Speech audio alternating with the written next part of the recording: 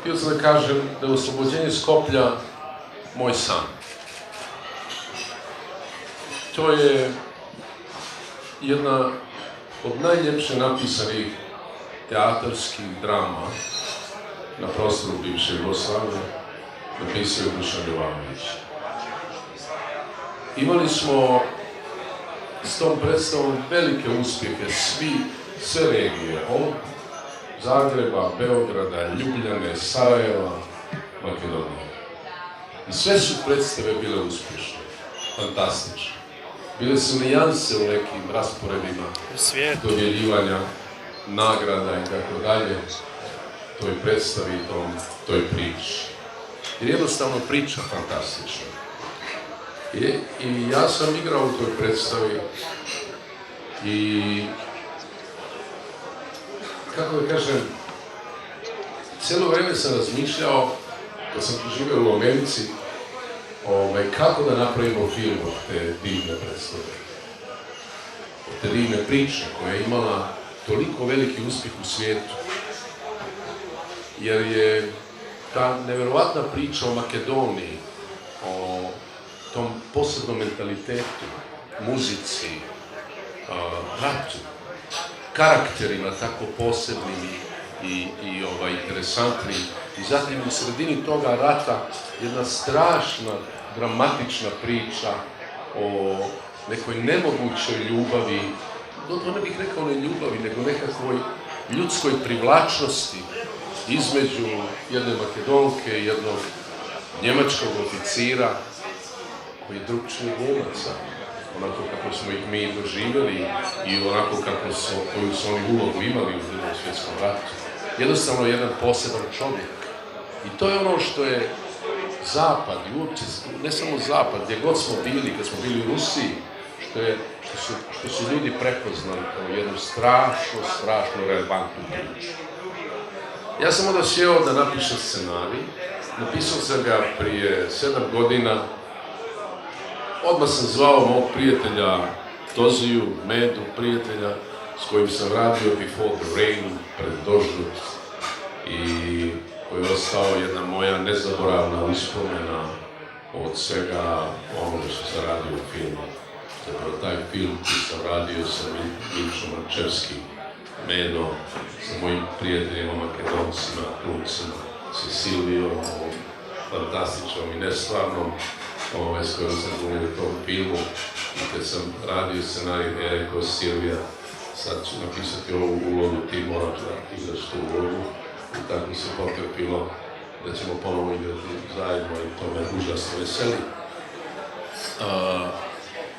I napisao sam scenarij pre 7 godina, onda smo prije jedno 5-6 godina aplicirali na fond za Dnevno. Tako nešto. Bili smo odbijeni, ali zašto ne? Nisam se ja ništa vređao, vjerovatno je bilo, sigurno je bilo boljih scenarija od naših scenarija.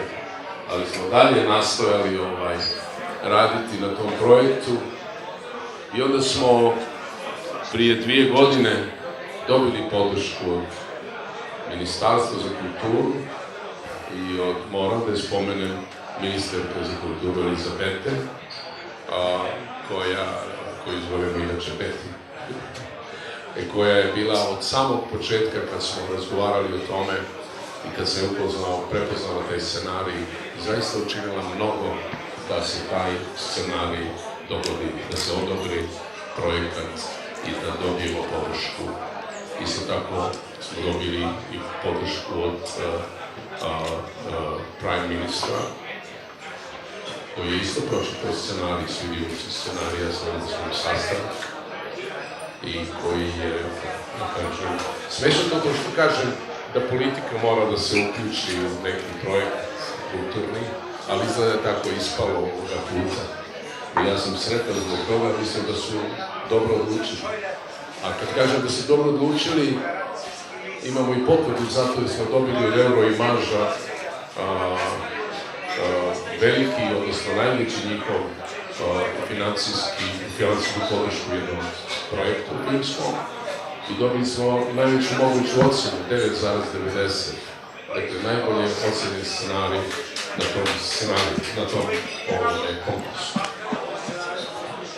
to moram reći, sve to skupa, a dalje kažem da je sada sve ovo što su napravili do sada pripreme u Makedoniji, snimat ćemo u Velesu, Skopju i u Bitoli. Odabrali smo objekte, odabrali smo i glumce, uglavnom igraju glumci iz Makedonije, imamo koprodukciju, pa onda igraju i